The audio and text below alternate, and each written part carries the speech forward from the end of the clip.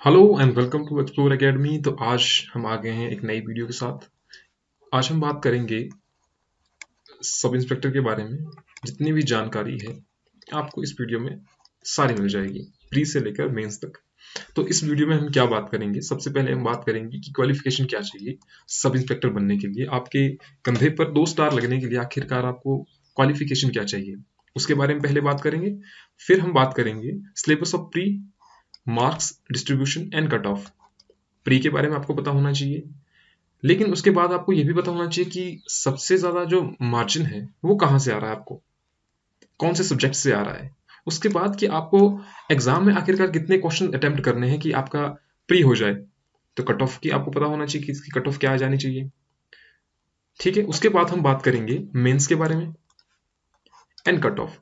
देखिए होता क्या है, आपका प्री हो गया, उसके बाद आपका ग्राउंड। ग्राउंड की हम क्वालिफिकेशन की बात यहां पर करेंगे, पहले ही हम कर देंगे। उसके बाद हम बात करेंगे मेंस के बारे में। मेंस में आपको कितने नंबर चाहिए और उसकी कट ऑफ क्या होती है, उसके बारे में बात करेंगे।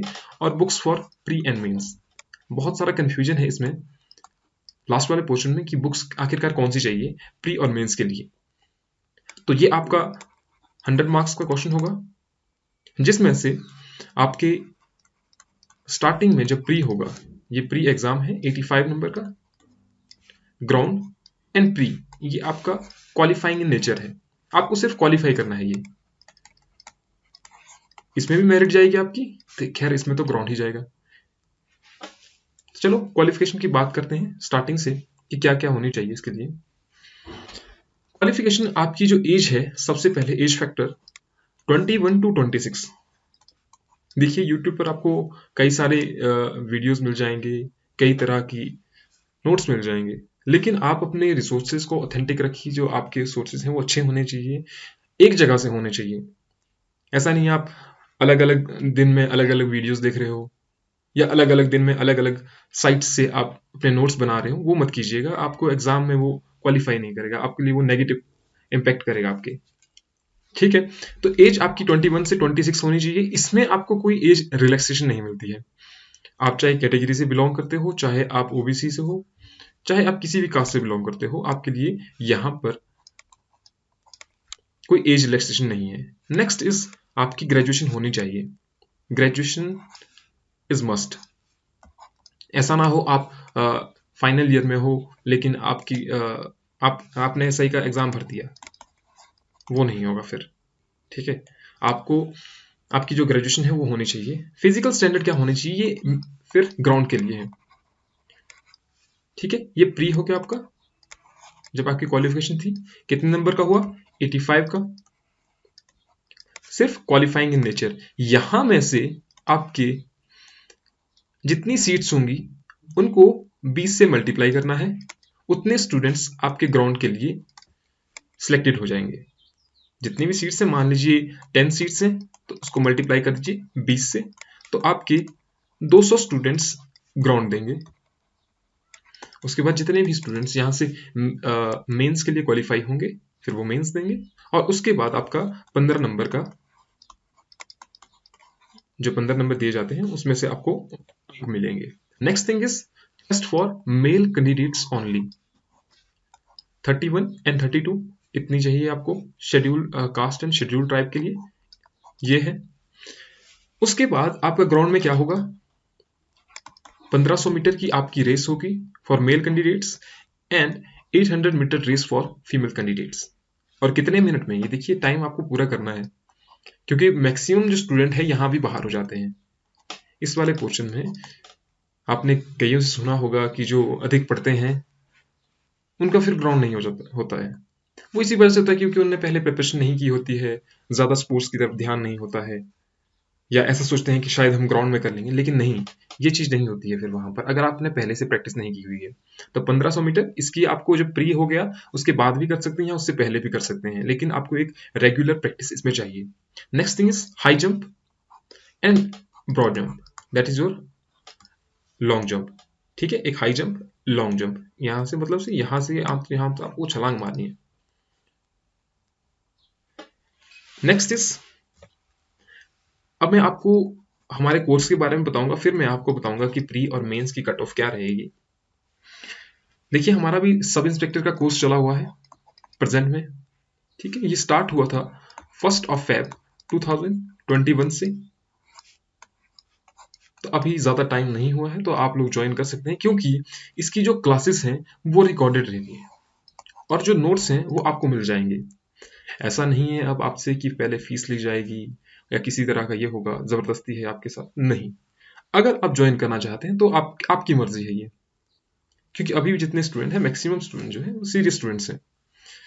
और ये कोर्स रहेगा प्री प्लस मेंस 6 मंथ के लिए, और मेंस की कोचिंग इसमें दी जाएगी, जैसे आपकी आंसर राइटिंग, क्योंकि मैक्सिमम जो प्रॉब्लम आती है वो आंसर राइटिंग में ही आती है, तो हम इसको 6 मंथ में कवर कर देंगे। नेक्स्ट इज रेगुलर टेस्ट होंगे आपके। सबसे मेन चीज ये है जो आपके रेगुलर टेस्ट है, क्योंकि क्या होता है स्टूडेंट सारे पढ़ते हैं। अब आपने देखा होगा जितने भी स्टूडेंट्स से पढ़ रहे हैं लेकिन टेस्ट नहीं दे रहे हैं, उससे क्या है उनकी इवेल्युएशन नहीं हो पा रही है कि उनने कितना पढ़ा है, आखिरकार जो उनने पढ़ा है क्या वो सब इंस्पेक्टर के लिए ही पढ़ रहे हैं या फिर वो किसी और चीज की प्रिपरेशन कर रहे हैं। मान लीजिए आपने सोचा तो है कि मैं सब इंस्पेक्टर की प्रिपरेशन कर रहा हूं, लेकिन आप प्रिपरेशन कर रहे हैं एचएस लेवल की या फिर आप कर रहे हैं क्लरिकल लेवल की। दो चीजें हो सकती हैं, या तो एक हायर लेवल की प्रिपरेशन कर रहे हैं आप या फिर एक लोअर लेवल की प्रिपरेशन कर रहे हैं, लेकिन आपको इसका नहीं पता कि इसमें किस तरह के क्वेश्चन पूछे जाएंगे। तो वो आपको इस चीज से पता लगेगा रेगुलर टेस्ट से। Fourth thing is free demo classes. मैंने पहले भी कहा आपको कि ऐसा नहीं है आपसे फीस ली जाएगी, आप पहले डेमो क्लासेस लगाइए। अगर आपको समझ आ रहा है तो आप क्लासेस ज्वाइन कीजिए, नहीं आ रहा है समझ, कोई बात नहीं, आप अपने तरीके से पढ़िए। लेकिन इससे क्या होगा, एक आपको प्रॉपर गाइडेंस मिलेगी। पॉजिटिव चीजें बता रहा हूं मैं आपको जो इस कोर्स से होगी। एक आपको गाइडेंस मिलेगी कि आपको किस तरह से करना है, एक आपको ये आइडिया हो जाएगा कि आपका कंपटीशन आखिरकार किससे है। जब आप टेस्ट देंगे तब आपको पता लगेगा कि आप मेरा कंपटीशन आखिरकार इससे है, तो मुझे इस तरह की प्रिपरेशन करनी पड़ेगी। और नोट्स तो हैं वो आपको हिंदी और इंग्लिश दोनों में मिलेंगे, हिंदी प्लस इंग्लिश, ताकि आपको समझने में आसानी हो। हिंदी के स्टूडेंट होते हैं कई बार उनको दिक्कत आ जाती है, तो इसमें हिंदी और इंग्लिश दोनों के नोट्स आपको मिल जाएंगे। चलिए ये था कोर्स के बारे में, और जो इसको ज्वाइन करना चाहता हो आपको लिंक डिस्क्रिप्शन में मिल जाएगा, वहां से आप कांटेक्ट कर सकते हैं। अब बात करते हैं strategy to crack sub inspector में क्या होना चाहिए। पहले आपको सिलेबस के बारे में पता होना चाहिए कि आखिरकार उसका सिलेबस क्या होता है। इसके बारे में हम फिर मार्क्स डिस्ट्रीब्यूशन के बारे में बात करेंगे। पहले करंट अफेयर, एवरीडे साइंस जिसको कि हम जनरल साइंस आपने देखा हो, चाहे जनरल साइंस, फिर जनरल इंग्लिश और प्लस टू स्टैंडर्ड, हिंदी भी आती है, फिर Hindi and English, general knowledge GK जिसमें आपका हिस्ट्री पॉलिटी इकोनॉमिक्स आ गया, general knowledge of Himachal Pradesh. खैर हिमाचल प्रदेश के बारे में तो आपको सब चीज की जानकारी होनी चाहिए, चाहे आप सब इंस्पेक्टर की प्रिपरेशन कर रहे हो, चाहे आप किसी छोटे या बड़े एग्जाम की प्रिपरेशन कर रहे हो, हिमाचल के बारे में तो नॉलेज होना ही चाहिए, it is must. Next is reasoning. ये रीजनिंग इसलिए लिखा गया है क्योंकि मान लीजिए आपको मैथ्स के क्वेश्चन आते हैं, तो मैथ्स के भी थोड़े से क्वेश्चन आते हैं, ऐसा नहीं बहुत सारे क्वेश्चन आ जाते हैं, अराउंड 9 to 10 क्वेश्चंस। और फिर इसी में मैथ्स और रीजनिंग इसलिए ये इंक्लूड किया गया दोनों में, क्योंकि जो मैथ्स के क्वेश्चन आते हैं वो भी इजी आते हैं, ऐसा नहीं बहुत टफ लेवल के आते हैं, इजी लेवल के आते हैं। तो ये चीज आपको पहले एग्जाम से पहले ये चीज पता होनी चाहिए कि आखिरकार सबसे ज्यादा जो नंबर हैं वो किस सब्जेक्ट से आ सकते हैं, तो वो आपको अच्छे तरीके से पढ़ना पड़ेगा। जिससे कम आ रहे हैं उसको थोड़ा लाइटली पढ़ लिए, ऐसा नहीं हो लगा पता कि आप हिंदी और इंग्लिश में सबसे ज्यादा जोर दे रहे हैं और वो प्री में आपके बहुत कम आ रहा है। मेंस में तो आ रहा है, मेंस का तो उसका अलग एग्जाम है, ठीक है, लेकिन प्री में उसके सिर्फ 10 क्वेश्चन आए हिंदी के, और इंग्लिश के भी आपके 10 क्वेश्चन आए। अब प्री की बात करते हैं हम, कि पहले बात है हिस्ट्री की। तो आपको पता है हिस्ट्री के 3 सेक्शन है, ancient, medieval and modern history. तो सबसे ज्यादा जो क्वेश्चन आए हैं वो आए हैं मॉडर्न हिस्ट्री के 2018 में।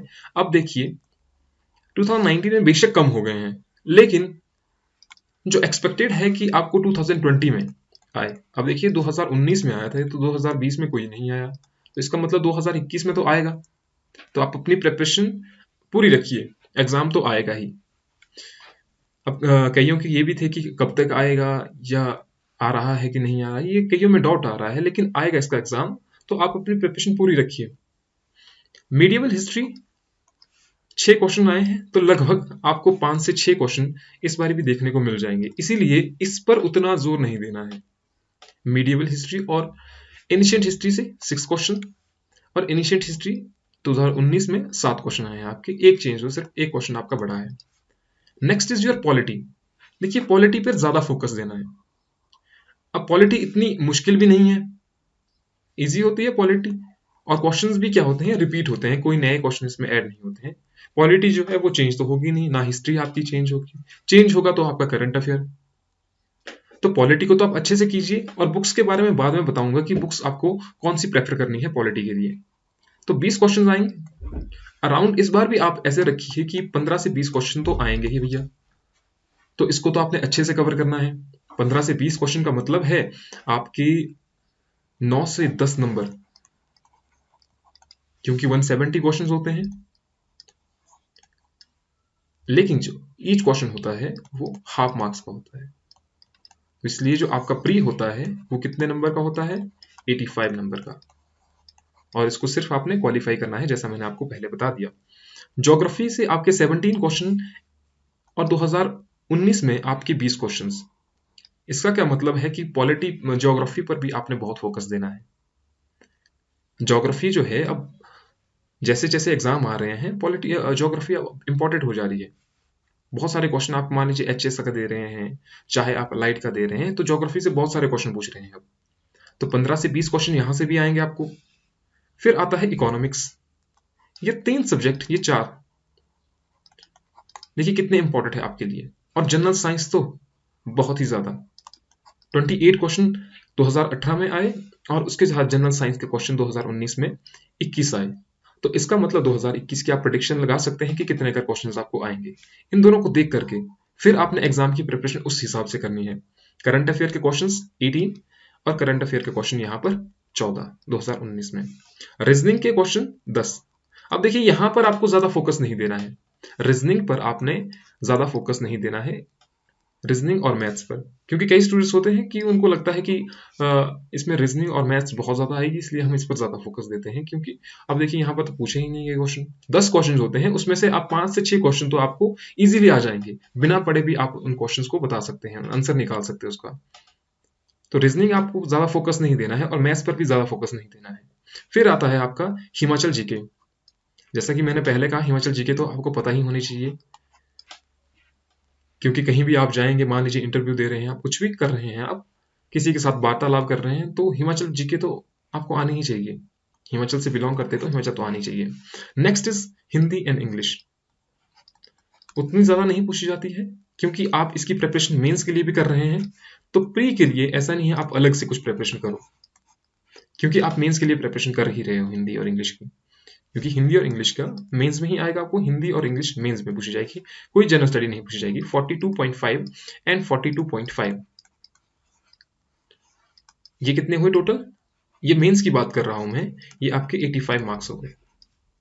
और ये आपके 85 मार्क्स जो मेंस के हैं, ये आपकी मेरिट बनाने में सहायता करेंगे, और इसके साथ ही 85 प्लस 15 मार्क्स जो बाद में दिए जाते हैं डॉक्यूमेंटेशन के दौरान, जो 15 नंबर दिए जाते हैं, तो ये कितना हुआ आपका 100 number. Next is syllabus for mains. Pre के बारे में आपने मान लीजिए प्री निकाल लिया, अब ग्राउंड के बारे में मैंने पहले बता दिया, ग्राउंड भी आपने निकाल लिया। अब मेंस के बारे में भी आपको पता होना चाहिए। देखिए यहाँ से आगे तो वही देखेगा जो ये सोच रहा है कि मुझे बनना ही है, तो वो मेंस के बारे में भी पहले सोचेगा कि मेंस में मुझे क्या आएगा। तो हिंदी और इंग्लिश, जैसा कि मैंने अभी बताया, 42.5 एंड 42.5 का आपको मेंस में आएगा। तो मेंस में भी आपको इस तरीके से पढ़ना है, जैसे कि मैंने पहली वीडियो में बताया, कई स्टूडेंट ने वो वीडियो भी देख ली है, तो इसमें ज्यादा नहीं बताऊंगा मैं, वो वीडियो आप देख सकते हैं। ऐसे आएगा precious, comprehension, report writing and grammar, इस पे ज्यादा फोकस देना है,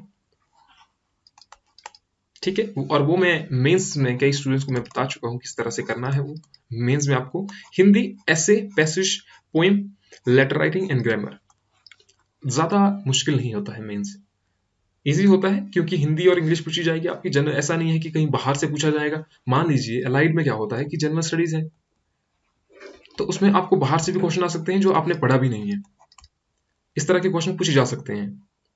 लेकिन यहाँ पर आपके सिर्फ हिंदी और इंग्लिश है, तो ऐसा नहीं है कहीं बाहर से पूछा जाएगा, सिर्फ जितनी ग्रामर है उससे ही पूछा जाएगा आपको। प्रीवियस क्वेश्चंस आप देख सकते हैं कि किस तरह से क्वेश्चंस आए हुए हैं। ठीक है, भी आपने प्रीवियस ईयर क्वेश्चन पेपर देखने हैं किस तरह से आए हैं, उससे आपको क्या हो जाएगा, आइडिया हो जाएगा, जिससे हमारे जो टेस्ट होते हैं उसमें मेनली जो प्रीवियस ईयर क्वेश्चन है उनके ही बेसिस पर, या तो वही क्वेश्चन होंगे थोड़े थोड़े, उनके ही बेसिस पे अगले क्वेश्चन भी बनते हैं। ठीक है, तो फाइनल कट ऑफ क्या रहेगी, आउट ऑफ 100। ये मेंस के बाद है, जैसा मैंने कहा pre and ground they are qualifying in nature, सिर्फ आपको क्वालिफाई करने हैं, वो मेंस के लिए आपको फाइनल मेरिट के लिए आपको हेल्प नहीं करेंगे। फाइनल मेरिट आपकी मेंस से ही बनेगी और डॉक्यूमेंटेशन से। 2018 में जनरल की जो मेरिट गई थी वो 50.39, 6 सीटों के लिए, 6 सीटें थी तो 6 सीटों के लिए 50.39 उसकी लास्ट मेरिट गई थी। जो लास्ट वाला व्यक्ति था जो चयनित हुआ था वो था 50.39, और यहाँ पर देखिए 50.28। इसका क्या मतलब है कि 50 के आसपास आपकी जा रही है, तो आपको कितने नंबर चाहिए, सेफ जोन में अगर जाना है आपने, आपको 55 नंबर चाहिए। जनरल की बात कर रहा हूं, और सेम सबके लिए यहाँ पर देखिए जितनी मेरिट जाएगी उससे आपने 5 से 6 नंबर आपने ज्यादा ही सोचने हैं, या आप ये सोच के जाइए कि मुझे टॉप करना है, इस हिसाब से जाइए। ये नहीं जाना है सोच करके कि 50 है तो मैं 50 के आसपास ही जाऊंगा, तो इतने ही क्वेश्चन मुझे करने हैं। देखिए वहां पर आपको पूरे मार्क्स तो नहीं दिए जाएंगे, तो इससे अच्छा है कि आप 5 से 6 नंबर ज्यादा सोच के जाइए कि मुझे यहाँ तक पहुंचना है। तो 50 से तो आपके ज्यादा होने ही चाहिए, तभी आपके इतने बन सकते, तभी आप मेरिट में कहीं आ सकते हैं। तो अपने अपने हिसाब से यहाँ पर आप देख सकते हैं कि मेरी जो मेरिट है कितनी जाएगी, तो यहाँ पर आप देख सकते हैं। नेक्स्ट इज, जो सबसे बड़ा कंफ्यूजन है वो बुक्स को लेकर है कि सिलेबस तो हमें पता लग गया सिलेबस क्या है, लेकिन इसके लिए बुक्स कौन सी प्रेफर करें। अब देखिए जैसा कि यहाँ पर है general study, general knowledge, general science, polity and history, economics, ये सभी इसके पार्ट हैं। अब इनके लिए कई लोग अरिहंत प्रेफर करते हैं, बहुत सारे स्टूडेंट अरिहंत प्रेफर करते हैं, ठीक है अच्छी है बुक, लेकिन इसके अलावा कुछ आप और भी कीजिए। मान लीजिए जो पॉलिटी है, पॉलिटी के लिए लक्ष्मीकांत है, सभी को पता है कि लक्ष्मीकांत पॉलिटी ये एक दूसरे के पूरक हैं। जो भी एग्जाम है आपका एचएस है या कोई दूसरा एग्जाम है, तो आप लक्ष्मीकांत को पढ़िए, सिर्फ आप अरिहंत पर डिपेंडेंट मत रहिए कि अरिहंत से ही आएगा।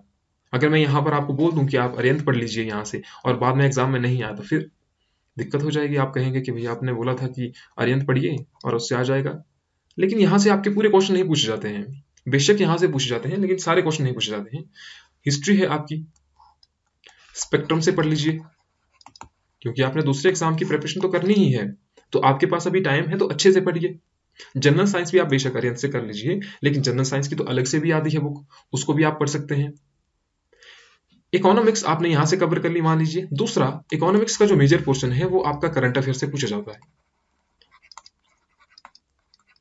करंट अफेयर से, या आपकी एनसीईआरटी पढ़ सकते हैं। बहुत मुश्किल नहीं है, 11th-12th की अगर आप एनसीईआरटी पढ़ लें इकोनॉमिक्स की तो बहुत अच्छा है, आपका जो बेस है वो एक बन जाएगा।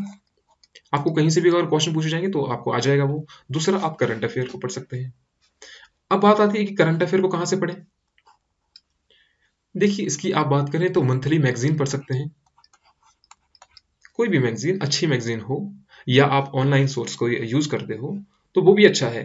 देखिए बुरे कोई सोर्सेज नहीं होते हैं जब तक कि आप कोई एक सोर्स तक लिमिटेड नहीं रहते हैं और उसका रिवीजन बार बार नहीं करते हैं। अच्छा सोर्स ढूंढिए कोई, तो वहां से आप कीजिए। नेक्स्ट इज हिमाचल जीके, इससे कोई प्रेफर करते हैं हिमाचल दर्पण, जो मैक्सिमम स्टूडेंट्स पढ़ते हैं, लेकिन मैं फिर भी इसके साथ कुछ और कवर करूंगा जो आपकी बलोखरा है, हिमाचल प्रदेश बलोखरा, उसमें से आप थोड़े थोड़े क्वेश्चंस कर सकते हैं। और बात रही फिर हिंदी और इंग्लिश की, इसको मैं बाद में बताऊंगा जब आपको मेंस के बारे में बताऊंगा। बुक्स फॉर मेंस, ये आपको मेंस के लिए बुक खरीदनी है, के लिए भी आपको यही काम आ जाएगी और मेंस के लिए भी आपको यही काम आ जाएगी। तो प्री के लिए मैंने जैसे कहा हिंदी और इंग्लिश, वो आपकी प्रिपरेशन प्री और मेंस की साथ में ही होगी, ठीक है। जैसा कि एचएस में होता है कि आप पहले मेंस की प्रिपरेशन करते हैं, या यूपीएससी में होता है आप पहले मेंस की प्रिपरेशन करते हैं, क्योंकि मेंस और प्री दोनों में सेम आएगा। तो यहाँ पर हिंदी और इंग्लिश आपका प्री में भी आएगा, लेकिन प्री में आपका जो मार्जिन रहेगा वो कम रहेगा, और मेंस में जो रहेगा वो आपका ज़्यादा रहेगा। तो आपको प्री और मेंस के लिए ये 2 बुक्स खरीदनी है, इंग्लिश ग्रामर ये वाली बुक एससी गुप्ता की, और दूसरी है व्याकरण भारती जो एसजी पब्लिकेशंस की है। बहुत अच्छी बुक्स है। इसके अलावा अगर आप खुद से बुक खरीदना चाहते हैं तो उसमें भी कोई दिक्कत नहीं है। अगर आपको लगता है कि मेरी जो ग्रामर है वो यहाँ से कंप्लीट हो रही है तो कोई दिक्कत नहीं है उसमें। बुक सारी अच्छी होती हैं, बस पढ़ने का तरीका अलग अलग हो सकता है। मेजर जो फोकस आपने करना है वो आपने देना है रिवीजन पर। दूसरा कि आप कोई अच्छे सोर्स से टेस्ट दे रहे हो, ऐसा नहीं है कि कहीं से भी आपको मिला कि भैया आप टेस्ट दे दो। 2 चीजें हो सकती हैं जब आप टेस्ट देंगे, या तो आप एक हायर लेवल का टेस्ट देंगे, हो सकता है आप एक लोअर लेवल का टेस्ट दें, और बीच में आपका सब इंस्पेक्टर आ गया। आपने पढ़ा तो है, ठीक है, आपने पढ़ लिया, उसके बाद आप टेस्ट दे रहे हैं। अब मान लीजिए आपने कोई हायर लेवल का टेस्ट दे दिया, फिर आप सोचेंगे कि मैंने इतना तो पढ़ लिया लेकिन ये हायर लेवल का टेस्ट आ गया, इसका मतलब मैंने कुछ पढ़ा नहीं है। आपको वहां पर डीमोटिवेशन फील हो जाएगी, ये तो दिक्कत हो गई, अब तो आ ही नहीं रहा है, हमारा तो पढ़ के कोई फायदा ही नहीं हुआ है। और दूसरा होगा कि आप कोई लोअर लेवल का टेस्ट देंगे। अब आपने दे दिया क्लरिकल लेवल का टेस्ट, मान लीजिए आपके 100 नंबर का क्वेश्चन था, आपने उसमें 85 क्वेश्चन ठीक कर लिए या 95 क्वेश्चन ठीक कर लिए। अब आप क्या सोचेंगे कि भैया मेरे क्वेश्चन तो बहुत ठीक हो रहे हैं, अब मुझे पढ़ने की जरूरत नहीं है, मेरे इतने आ गए हैं, काफी हैं ये। तो इन दोनों में से 2 नेगेटिव चीजें भी हो सकती हैं। इसीलिए जो टेस्ट देना है वो आपने, अगर आप सिर्फ सब इंस्पेक्टर की प्रिपरेशन कर रहे हैं तो टेस्ट भी उसी लेवल का देना है। आप कांटेक्ट कर सकते हैं टेस्ट के लिए कि किस तरह से टेस्ट होंगे, वो मैं आपको भेज सकता हूँ, हमारे ग्रुप में वो मिल जाएंगे, सब इंस्पेक्टर के ग्रुप में या एक्सप्लोर एकेडमी के ग्रुप में, उससे आप जुड़ सकते हैं। वहां पर आप डेमो देख सकते हैं कि किस तरह के टेस्ट होंगे, या आप खुद से भी कहीं अच्छे टेस्ट दे सकते हैं कि आपको पता लग जाएगा कि टेस्ट ये हाई लेवल का है कि नहीं है। उसके बाद जो टेस्ट के बाद जो मेन दिक्कत आती है वो आती है इसके सॉल्यूशंस की। जो सॉल्यूशंस हैं वो भी आपके सही होने चाहिए, पूरा डिस्क्रिप्शन होना चाहिए जो आपको मिल जाएगा। हमारे जो टेस्ट होगा उसके बाद आपको ग्रुप में उसका सॉल्यूशन भी मिल जाते हैं पूरे डिटेल में। तो अब हम इस वीडियो को खत्म करते हैं। जो आप में से लोग यहाँ पर नए हैं वो लाइक शेयर और सब्सक्राइब जरूर करके जाएं। अगर आपको यहाँ से इंफॉर्मेशन मिली हो तो आप अपने दोस्तों के साथ शेयर कीजिए इसको। अगर आप ज्वाइन करना चाहते हैं तो आप कांटेक्ट कर सकते हैं, लिंक आपको डिस्क्रिप्शन में मिल जाएगा किस तरह से आपको कांटेक्ट करना है। Thank you for watching.